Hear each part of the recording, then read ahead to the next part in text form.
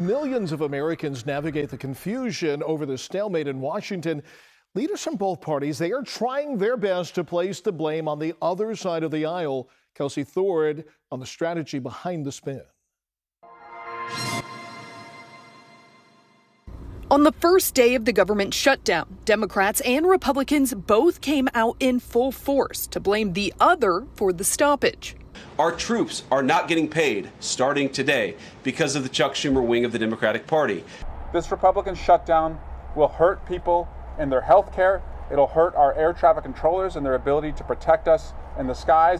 Political scientists say this is shutdown strategy 101. These government shutdowns are not actually about policy. I know they very much feel like they're about policy, but they are, I think, more about messaging and winning that messaging game. That message for Democrats is to highlight what they say has been Republicans' unwillingness to negotiate on health care policy. Most important to our constituents today, as we go into open enrollment in November for their health care, is that we end the cuts, lower the costs, save their health care. And if they can put back in place that funding, we will open up the government to negotiate on the bigger issues.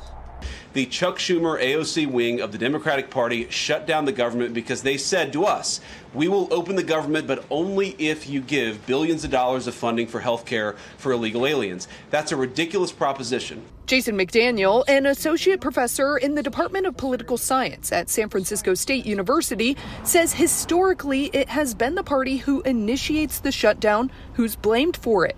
I sympathize with the position the Democrats are in, but it's very simple. If the government wouldn't shut down if they were not filibustering these appropriations bills in the Senate.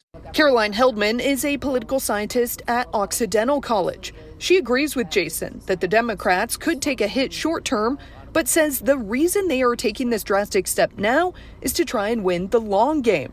The fact that the Democrats have raised awareness of this issue now means that when it hits, the actual cost will hit in the spring and summer, that Americans will be able to look at this and say, oh, right, this is the Republicans. So it's smart messaging long term. I think short term, Republicans will probably be okay.